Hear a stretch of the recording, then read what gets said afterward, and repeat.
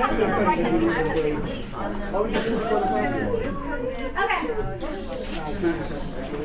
Guys. Okay, we are starting. Welcome to session 2. Thank you for being here. Thank you for trying to improve your knowledge of advanced placement statistics. We are recording today. Did I or Ms. Moda tell you about the YouTube channel that's set up for this? Yes. So if you want to go back and relive these moments, you can. Okay? Okay. Session 2, guys, thank you. Session 2 is going to be all about experimental design. So today is light on the math, kind of non-existent on the math, right? And heavy on the concept, vocabulary, right? Okay. Main topics I'm going to try to cover are sampling techniques, the different methods that we have for taking a sample, potential sources of bias in our surveys or our experiments, and then experimental design vocabulary, specifically vocabulary that has to do with experiments, okay? I say 2:15 to 2:55 and then a 5-minute break and then practice. I am going to try to stick to that. However, I know the first session we went over at the beginning and then didn't have as much time for practice, and I think that went okay. It was fine. So if we do end up going a little bit over on this end, I'm okay with that if you are. Okay, let me get my notes.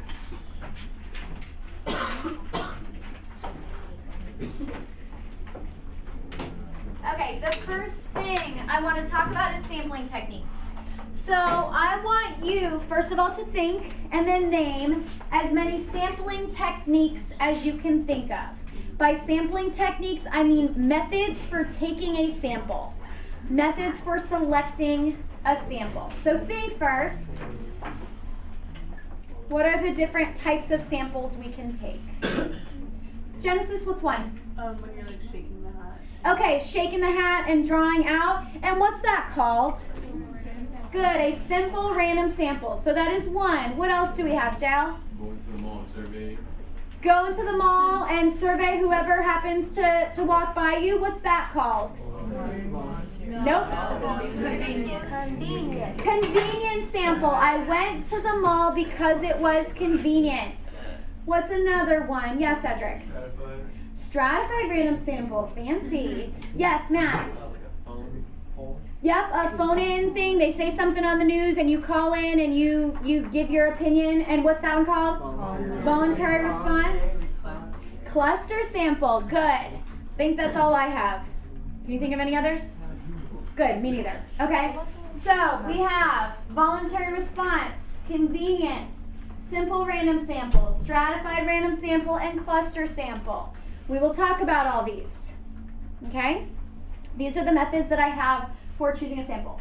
Which of these are less than ideal? Which of these are not so good?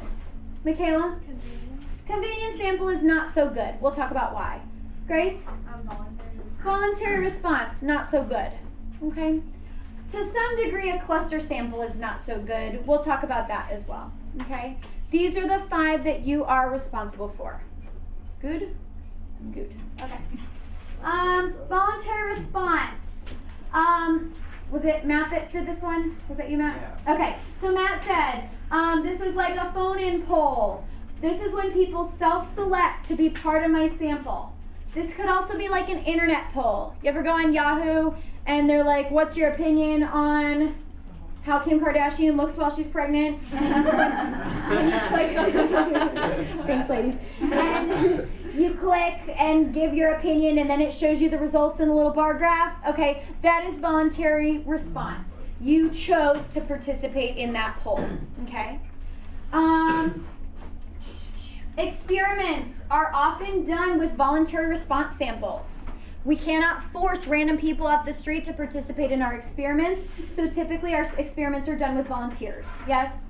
Have we heard ads on the radio? UCF is conducting a study to see the effects of this new drug. If you suffer from these ailments and would like to participate, Volunteers will be compensated. Have we all heard ads like that? Okay, Jessica hasn't, but that would be, they're trying to solicit volunteers for an experiment. Okay. Experiments aside, what is the issue with a voluntary response sample? I didn't actually unlock the door, did I? I'm sure we're okay. There are enough people to let somebody in. What's the issue with the voluntary response sample, Jessica? The people who respond usually are more interested in it. Yes, very much so. Okay. There's kind of a famous example. There was an Ann Landers column. You guys might be too young to know who Ann Landers is. But she has like a newspaper column where you can write in and she'll answer your questions. Kind of like a Dear Abby kind of thing. Actually, I think Ann Landers and Dear Abby are sisters. Like really. But maybe you don't even know who Dear Abby is. But she said, tell me if you're unhappy in your marriage, or tell me whether or not you're happy in your marriage. And I think 89% or something like that of the people who wrote in said that they were unhappy in their marriage. Does that mean that 89% of people are unhappy in their marriages? No, but I'm not going to sit down and write Dear Abby a letter about how happy I am in my marriage. Okay? However, somebody who is disgruntled and feels the need to express themselves negatively is more likely to do that. Yes? Yeah. Cool. Good with voluntary response. Convenience sample. Jael, was this you that said this one? Yeah? Okay. He said go into the mall. Okay, go into the mall to distribute your surveys. It's exactly what it sounds like. You take the most convenient sample. You go someplace where there are a lot of people walking by and you ask them to take your survey. Or you ask your friends. So I said friends, proximity, mall surveys. Okay? At the end of the year, we'll do a big project, a big AP Statistics project.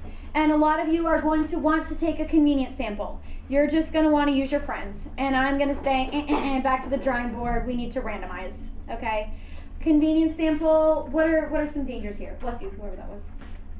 Dangers of a convenience sample, assign? Bias. Sure, absolutely. If I'm asking a question about sports and I only ask my friends, chances are my friends and I maybe have some similar ideas about sports. I don't know. Something like that, right? We might introduce some bias there. Michelle? Isn't it like the one with the mall survey? If you go really early morning, there's more old people at that time. Good so point. What if I'm doing my mall survey and I go in like before the mall's even open? Who's at the mall then? Little old ladies going for walks. Okay, they do, I swear. Okay. And so who is in your survey? Women over the age of 70. That's a nice representative sample of the entire population. Unless your population is women over 70 who like to exercise at the mall, I don't think you got a representative sample. Maybe it is. I'm not judging you. Okay. Good with convenience?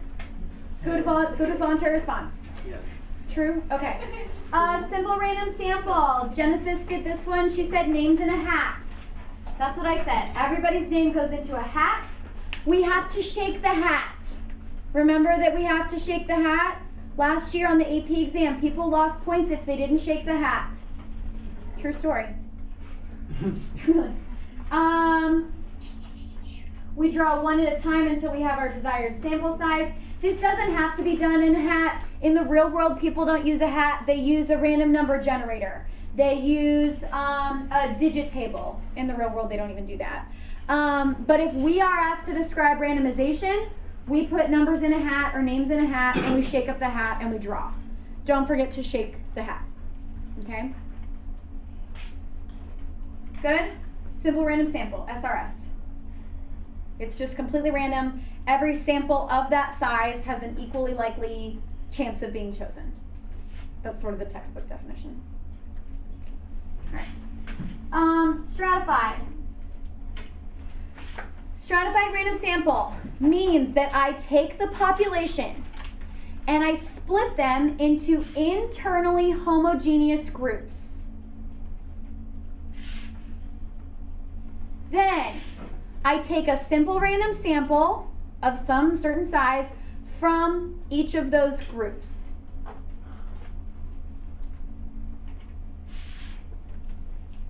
Okay? Categories or traits that I might use to stratify. if I'm taking a sample of students at this school, maybe I stratify based on what grade you're in. So that means I take Freedom High School students and I split them on my list into freshmen, sophomores, juniors, and seniors. Then I take a simple random sample of freshmen, a simple random sample of sophomores, a simple random sample of juniors, and a simple random sample of seniors.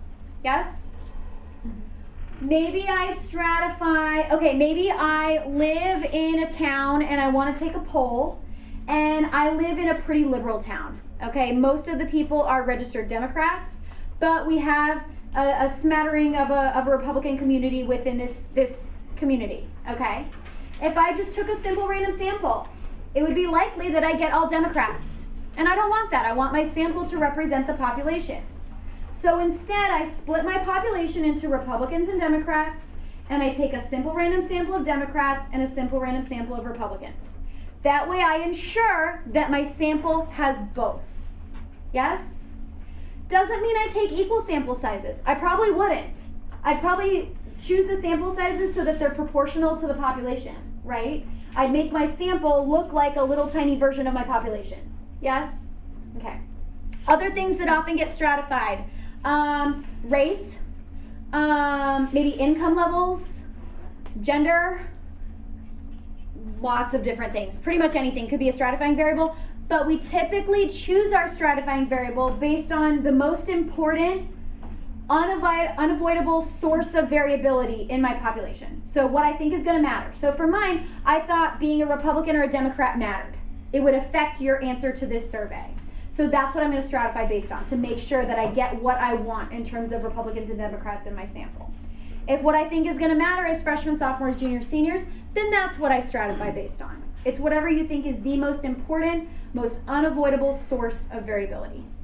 Yeah, that's a good sentence. Okay, cool? Do you remember the trail mix analogy? At least those of you in my class? Okay, this comes into play here. What kind of trail mix is this? We remember it, we just don't actually remember it. I remember you talking about it. Yeah, we talked about trail mix. There's a picture. This is the trail. It's like when it's all Kind of. What were you going to say, I was Michelle? gonna say when you like separate the M&Ms, the nuts, and the thing, and then get a sample from each of them, and then Sure. combine it together. Yes. Did I? Probably not. So Michelle said I got the M&Ms, I got the peanuts, I got the raisins. Raisins are gross. I won't put any raisins in my trail mix. I got the cashews, I got the chocolate chips, I got the peanut butter chips. I like really healthy trail mix. And I take a sample out of each of those and I put that together, and that's my trail mix. I call this make your own trail mix, right? I assemble my own trail mix out of the ingredients. That is a stratified random sample. Good analogy, right? I can't take credit for it. A student thought of that. Okay. And the last one is a cluster sample. In a cluster sample, again, I take my population and I split them into groups. But I split them into groups that are convenient for me and that are hopefully internally heterogeneous. I want my groups to be mixed. I want each group to kind of be a little microcosm of the population. Good word. Yeah? Then I select a few of those groups and use everybody in those selected groups. How does this fit in with the trail mix analogy? Like this is the trail. Yeah, like store-bought trail mix. Like the bags are already all mixed and yummy, right? And I like buy 2 bags. That's a cluster sample. Yeah?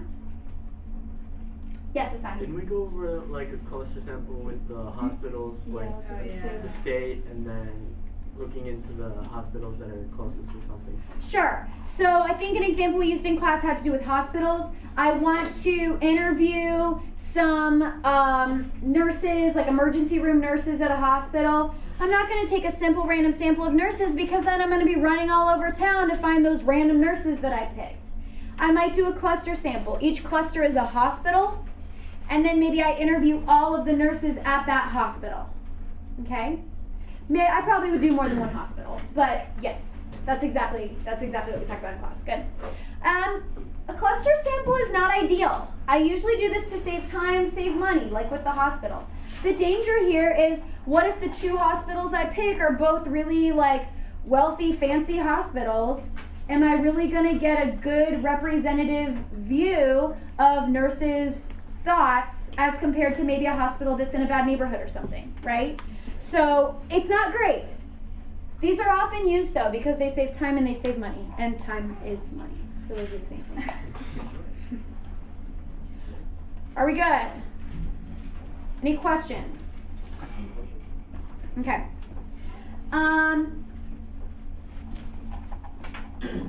These last three, simple random sample, stratified random sample, and cluster sample, are much more common with surveys than they are with experiments. We don't usually have an experiment that's done with a cluster sample, usually. Why would that be? Kind of talked about this already.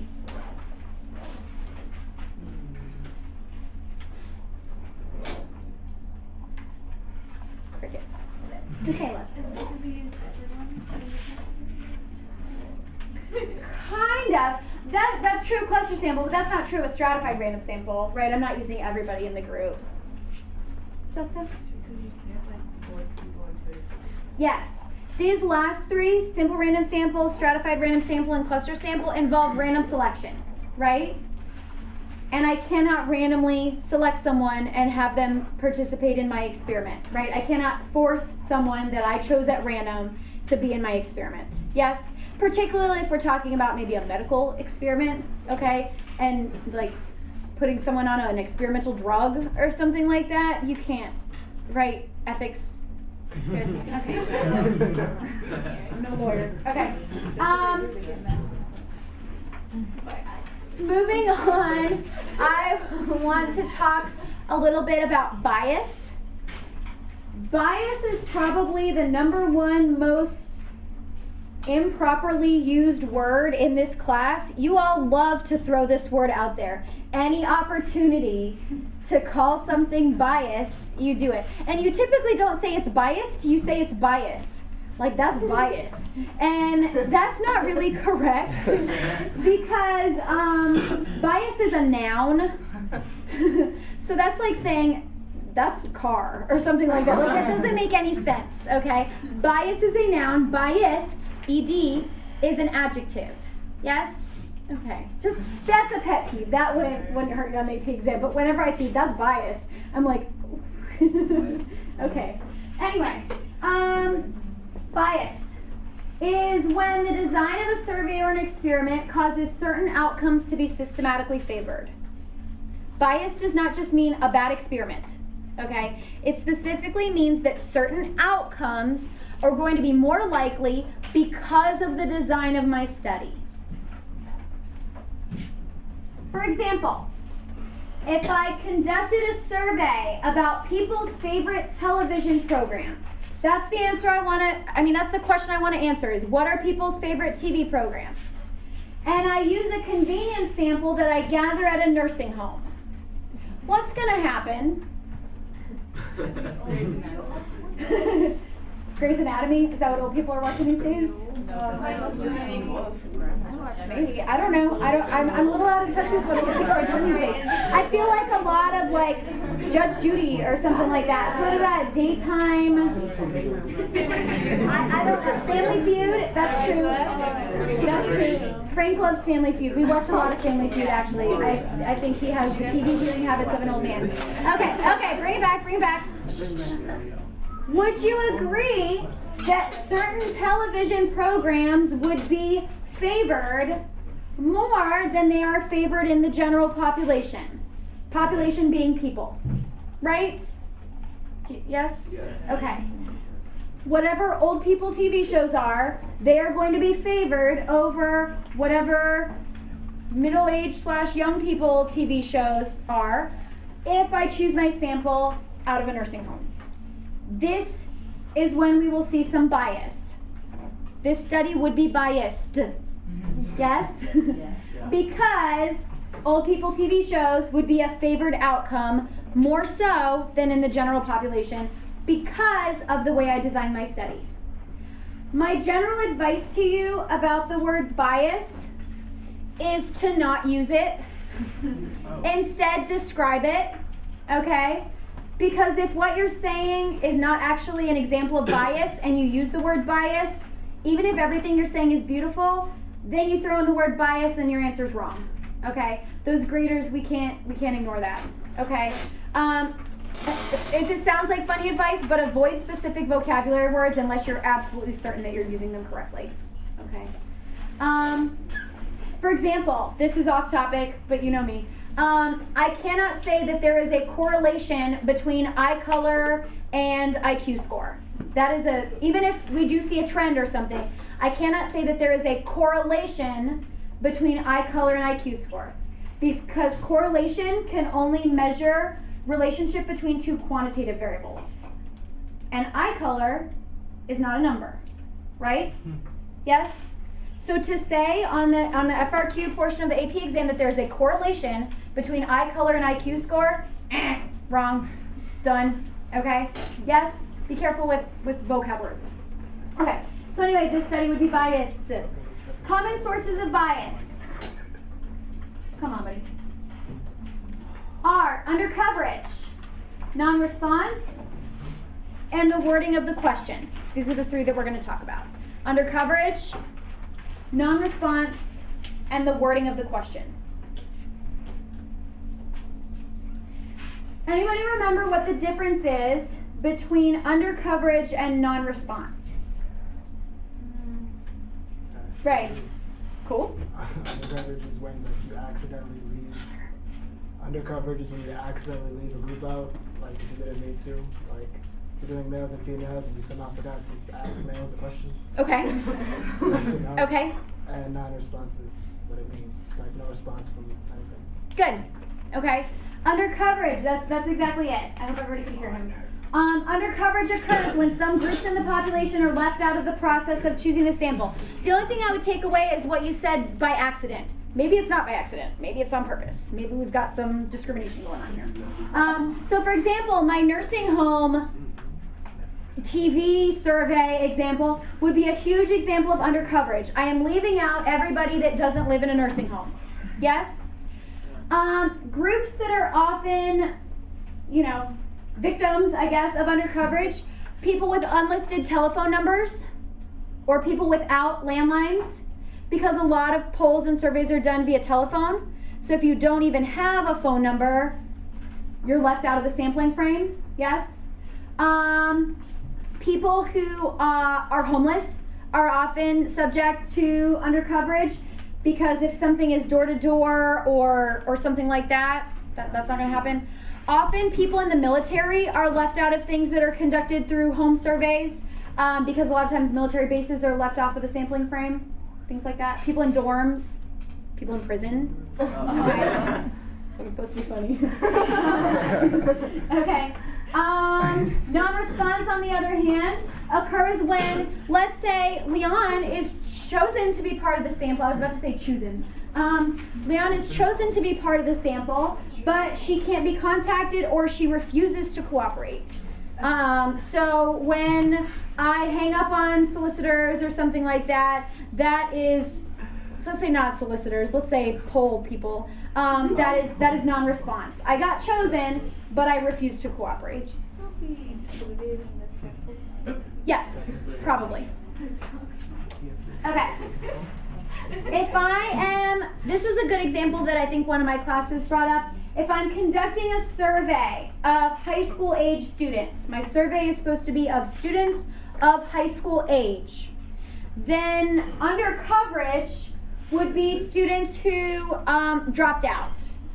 I didn't word this very well, but I actually went and did my survey in the school, okay? So students who dropped out, I don't even have the option to include them in my sample because they're not even in my sample frame anymore. They're not on my rosters, they're not gonna get picked, they stand no chance of being picked. Yes? Yes? Okay, or maybe people who are homeschooled or something like that would also be part of this. Non-response, let's say I only come on one day to do this survey, students who are absent that day. would be potentially contributing to non-response. Because I could pick them, they're on the roll, I chose them, their name came out of the hat, but I can't actually ask them. Good? Under coverage, non-response. And I think Ray's little strategy, non-response is what it sounds like, and then under coverage is the other one. Yeah? Okay. We are going to be moving into experiments. Okay. My question is, what is the difference between an observational study and an experiment? What is the difference, Erica? An experiment imposes treatment, while an observational study you just observe. Perfect. Okay. And the key word there is impose a treatment. So an experiment involves, get out of my head, imposing treatments, whereas an observational study just sees what happens anyway. If all I can think of are morbid examples, I'm sorry. That's how this class works, right? Okay, I'm going with it. If I'm studying the effects of seatbelt use on the severity of injuries in a car crash, sorry people. If I just like sit, if I just sit and see like some accidents and see what happens, and then Is that what you do in your free time? Is that what you do in your free time? and then just record whether or not they were wearing a seatbelt, and then whether or not they were severely injured, that would be an observational study. If I assign, unethical, if I assign some people to wear a seatbelt, and I assign others, if I prevent others from wearing a seatbelt, and then, Cause them to have an accident. I'm regretting this, and then they get into car accidents, and I record the severity of injuries, that would be illegal. But an experiment, because I imposed a treatment. I said, you guys wear seatbelts, you guys don't. I imposed a treatment, I got my hands dirty. Okay. Yeah. And then my career is over. See you guys in 10 to 20. Okay.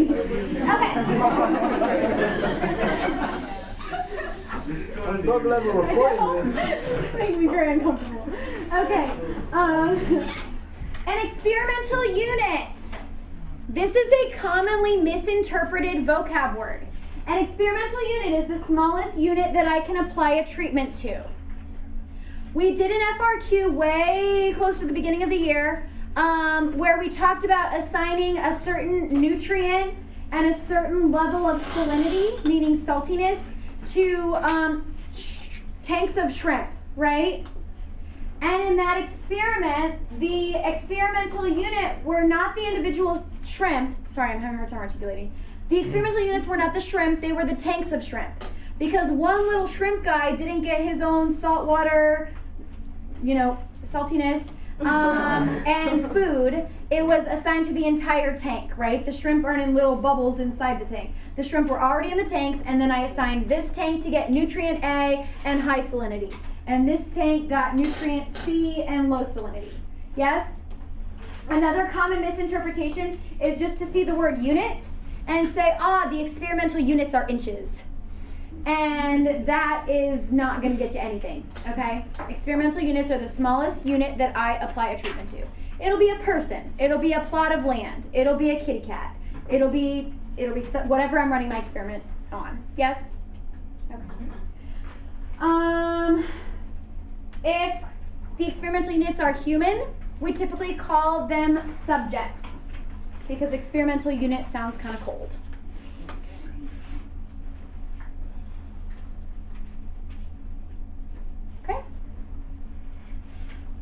Okay? Good? Okay, so much vocabulary. This is the chapter I hate. I like teaching math. I know. Factors, levels, and treatments. There's a video about this, by the way. Factors, levels, and treatments. The factors are the actual variables that we are testing. Factor is kind of an umbrella term. The levels are the values that each of these variables can take on. The treatments are the combinations of the different levels of those different factors. Ew.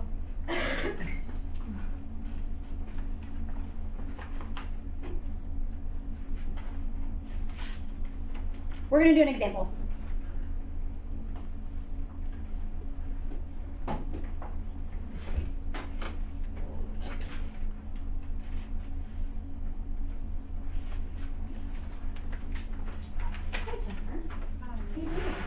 You're okay.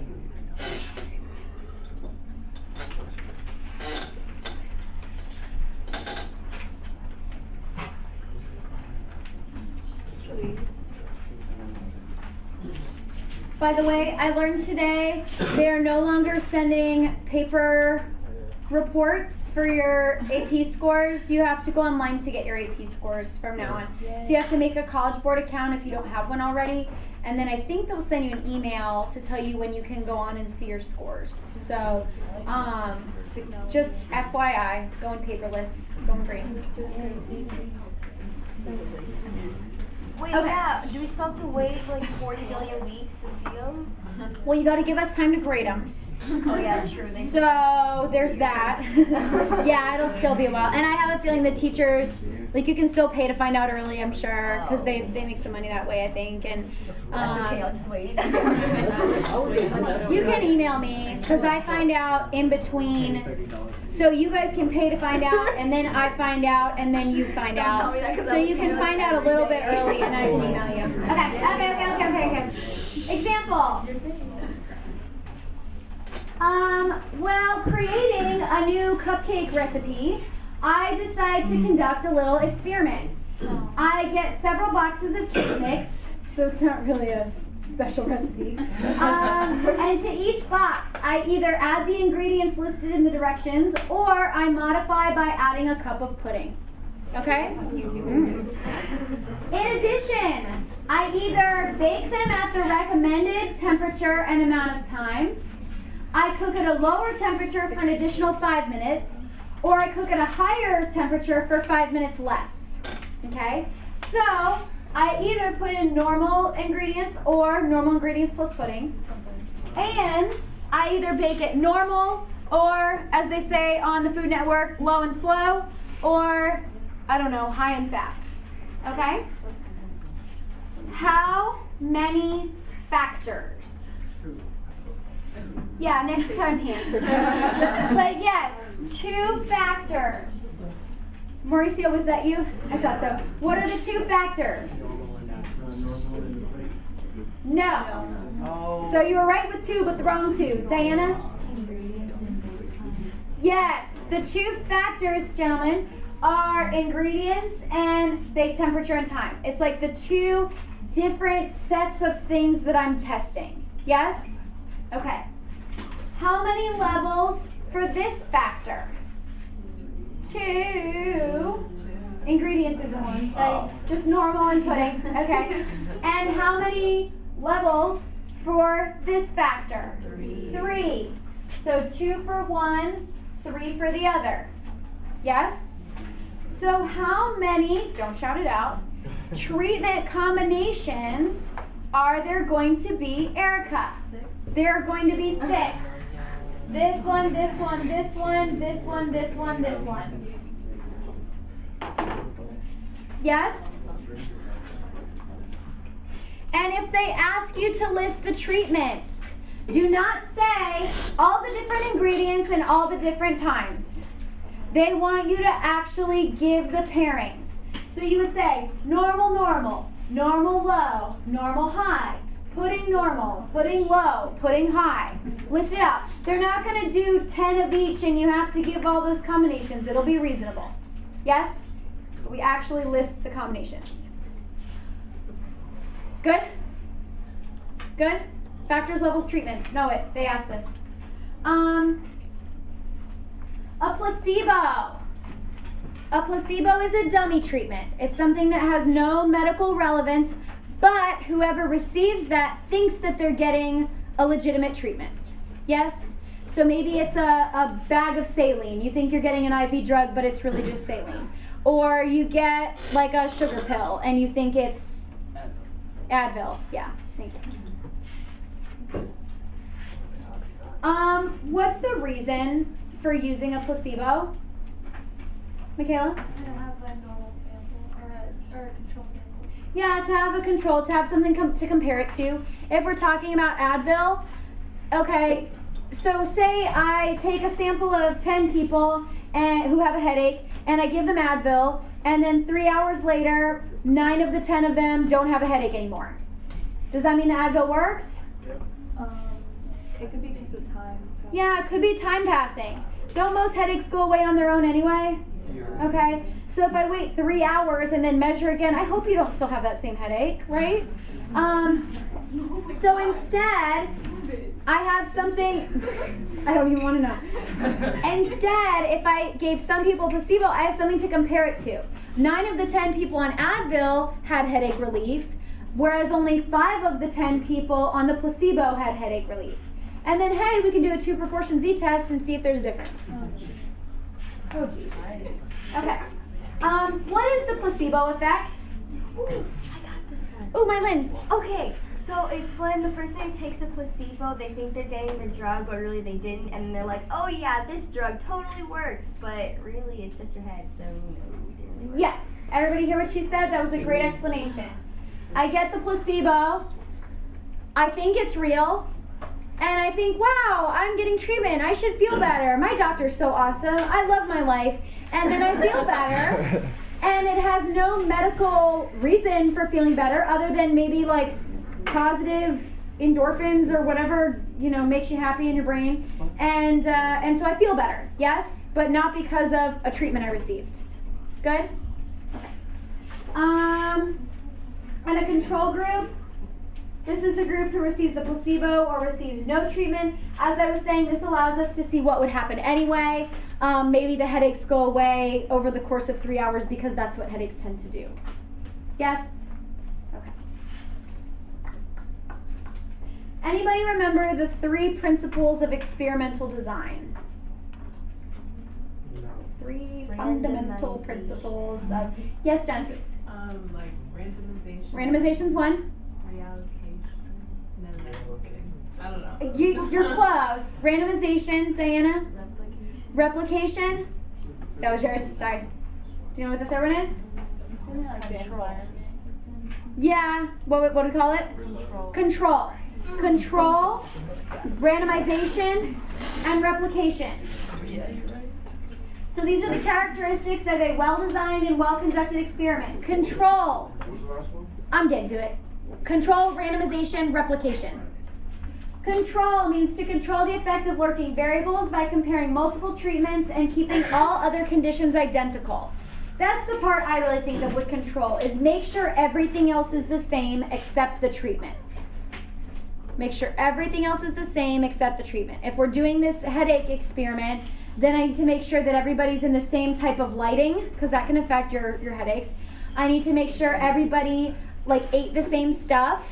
I need to make sure everybody is sitting in the same kind of chair. Got the same amount of sleep last night, maybe? Same haircut.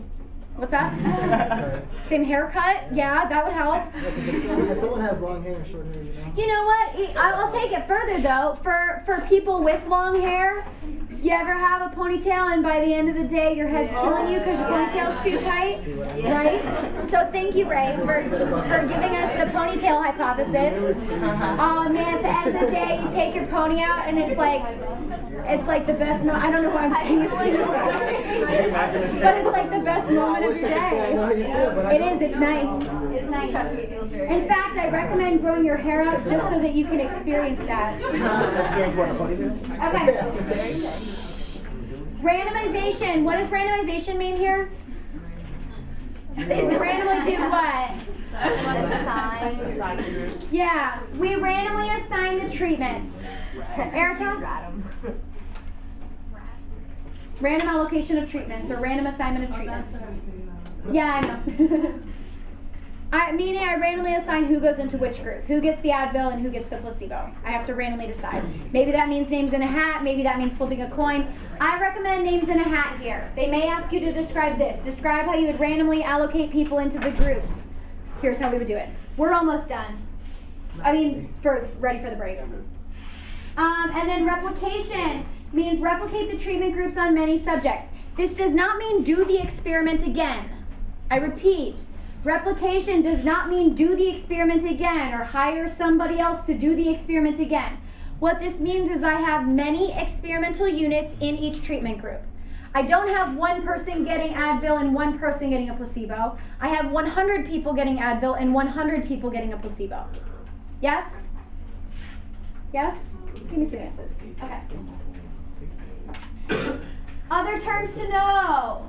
Double blind. I think we're all good with this. Can somebody just tell the group what double blind means? Leon? When neither the person who's giving the treatment out or and the person who's receiving the treatment knows whether it's a placebo or the actual treatment. Yes. Everybody hear her? Everybody go with double blind? Why is the second blindness important?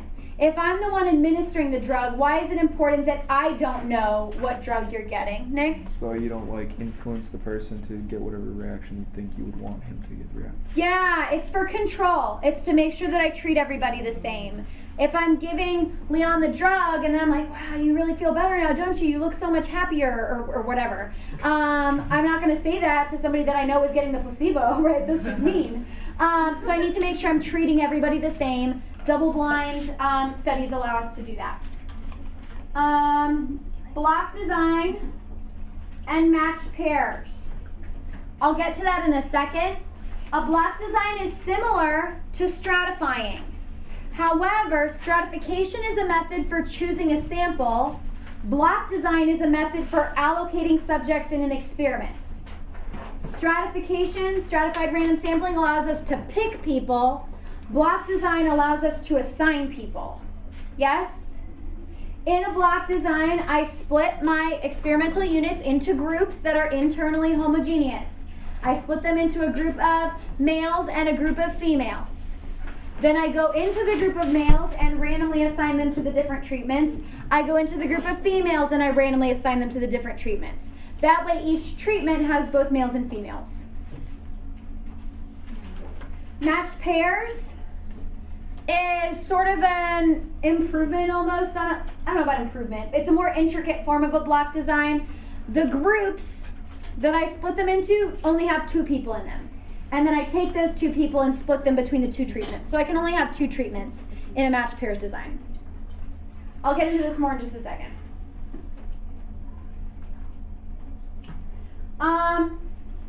Here's an example. I decide to conduct an experiment on the effects of a new fertilizer on lima bean plant growth. I want to know how well this new fertilizer helps lima beans grow as compared to not having fertilizer. I get a sample of 20 lima beans and I randomly split them into 2 groups. Okay. I plant each lima bean in a small cup with some dirt. I put them all in the same amount of sunlight. I water them the same amount of water from the same watering can. One group of the lima beans is fertilized with this new fertilizer and the other group receives no special fertilizer. But then I feel bad for the unfertilized lima beans because they're not getting any help. So I decide to sing to them, okay? And so before I leave my classroom each afternoon, I sing Soft Kitty to, if you don't watch Big Bang Theory, you should start because it's such a funny show. Okay, and so I sing Soft Kitty to the sad, unfertilized lima beans every day before I leave because they didn't get any fertilizer. Okay, you know, I got a soft heart, okay? At the end of 4 weeks, I measure the amount of plant growth and compare the fertilized and unfertilized groups. Good so far? Yes. I mean, maybe not good, but my first question is, I'm going to ask about randomization, replication, and control. Did I properly randomize? Yes. Yes, I did. How do you know? Can somebody raise their hand and tell me how they know that I properly randomized? Inez. Yes, I didn't describe how, but I said I randomly split them into 2 groups. That's good enough. I randomly allocated which lima beans got the fertilizer and which ones didn't, okay? Did I properly use replication? Yeah, I did. Why? Michelle says each one has 10. I didn't go back and do the experiment again. It's okay, that's not what replication means. Replication means lots of experimental units within each treatment group. And 10 is whatever, it's not lots, but it's fine. Yes? When you were saying how you randomly split them into the groups, do you do the hat thing and say Sure. the ones are the odd ones, these odd numbers that I get out of? Or I would just say I would number each lima bean. I would put those 20 numbers in a hat. The first 10 that I draw out get the fertilizer, the other 10 don't. Okay? Did I properly use control? No, I didn't. Why not? I did not treat the lima beans the same. Okay? I don't think we really needed a double-blind study here because they are lima beans. However, I tried really hard to use control. Look, I put them in the same kind of dirt. I put them in the same amount of sunlight. I even used the same watering can. I gave them the same amount of water. I tried really hard to use control. And then my emotions got the best of me, and I sang to the unfertilized lima beans. Okay, so I screwed up when it came to control. How many factors do I have? Ooh, we're scared. Michaela, what do you think? No. That's one. Marshall? Just one. One factor. What is that factor? The fertilizer. Yes, the fertilizer. How many levels are there for that factor? 2. Yes and no. Got it, didn't. So how many treatments are there? 2. Just 2. I don't have any combinations. I just have 2 treatments. So what's the singing? That's a lurking Good. variable. It is a lurking variable. It is not one of my explanatory variables. I only have one explanatory variable here, fertilizer. But it has an impact, maybe, probably not, on the outcomes. Okay, it is a lurking variable that confounds my results. I can say it's a confounding variable. That would have been okay too. Okay. Do we want to talk about, I'm going to give you guys a break in just a second. Do we want to talk about blocking and match pairs a little bit more? Yes. Would that be helpful? Would you like to do that after the break? Okay, break for 5 minutes, and we will come back to this, okay? But don't leave. I will know if you leave. Wait, if you guys need to leave, just draw me an X next to your name so I remember, but it's okay. Yes. Okay. I'll give you 5 minutes. I know.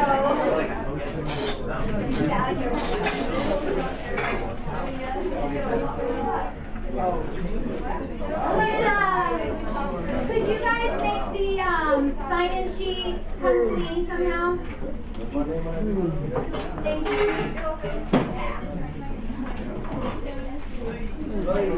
I guess I'll stop the recording. Thank you, Ryan. Okay. So, like I said, a completely randomized design is kind of like an SRS. I just randomly pick half to go into that treatment or half to go into that treatment. Or a third, or however many treatments I have. Improvement means I have more control over lurking variables. Maybe a lurking variable is blood type. Okay? Let's say I'm testing some kind of treatment, some kind of medical treatment, and I think that your blood type is going to have an impact on how you react to that. I can't get rid of blood type, right? I can get rid of me singing Soft Kitty to some of the lima beans. I can get rid of that. I don't know if I can, but theoretically we can get rid of that. But I cannot get rid of your blood type. However, I can make sure that differences in blood type play equally between the different treatment groups. So what I would do is I would take my people, my experimental units, and I would split them into type A, type B, type AB, and type O. Let's say the positive, negative doesn't matter, but the blood type, the letter does, okay? So then I have a group of people with type A blood, a group of people with type B blood, a group of people with type AB blood, and a group of people with type O blood. Did I actually get that right? I think I did. Okay. So then I take my type A people. Let's say there are 10 of them. And I randomly choose 5 of them to go into the treatment group and 5 of them to go into the placebo group. Then I take my type B people, and let's say I only have 4 of them. Oh well, 2 of them go over here and 2 of them go over there. And let's say I have 20 type O people. Okay, 10 of them go there, 10 of them go there. So within a treatment group, I'm not going to have equal amounts of A, B, and O. But the two groups, the treatment and the placebo, are going to look the same as each other. So whatever differences in blood type occur, they occur equally between the different treatment groups. Do we understand that? Okay. Because it's not going to be a perfect world. We're not going to have the same of each thing. We just want to try and make it play equally between the different groups. Yes? Are we feeling better with block design? Because I know that's something that kind of gets in the way. It's similar to stratified random sampling, but the stage at which we do it is different. Stratified random sampling is a way to choose a sample out of the population. In an experiment, I already have my sample. I already have my people. I want to put them into treatment groups. That's when we implement a block design. Yes? Okay. Match pairs is, I have a lot of little blocks. I have many, many blocks of 2. Then I split each block and put one person in one treatment and one person in the other. So I can only have 2 treatments. This is like a twin study, right? Match pairs is like a twin study. Maybe it's not literally your twin. You know, I take Michelle and the person that is most similar to her in all the ways that matter. I take Diana and the person that is most similar to her in all the ways that matter. And they're my little blocks of 2. Then I put both of their names in a hat and draw one out. That person gets the treatment, the other person gets the placebo. Okay? So once I've built my 2 treatment groups, within the group there's a lot of differences. But everybody over here has a twin over there. So the 2 groups end up looking the same as each other. Yes? Is that good with match pairs? Match pairs is a form of blocking. Better in the sense that we end up with more equal treatment groups, but it's limiting. I can only have 2 treatments. Maybe I want more than 2. And also, I have to find a twin for everybody, right? I have to have, not twins, but... How can, when you're your own twin, does that mean you apply the treatment like one time to this and you wait some time to another? Yeah, so I said here I can be my own twin. That means that I get both treatments. Typically what we randomize is the order. This isn't typically done with medical stuff. They're not going to give me both drugs and measure the difference. There are too many medical issues with that. Being my own twin, maybe it's like a driving simulation, and one time I drive while talking on a cell phone and the other time I drive not talking on a cell phone. That's nice because any weird stuff about my driving is going to play equally both times. How are you going to find my twin driver? What does that even mean, right? I'm my own twin driver. Randomize the order. Randomize whether I'm talking on the cell phone first or not talking on the cell phone first. Yeah? And the reason that order is important is because I'm probably going to get a little bit better at the simulation doing it a second time. So we want that to play equally, so we have random order there. I think this is the end of my slides. Do you have any questions before we stop taking notes and start practicing? Okay? If I could get a couple people to help me pass these out, that would be marvelous. Thank you, Michael. I'll do Are you helping Nick? You're such a good helper. Thank you, Nick. Hit the smile.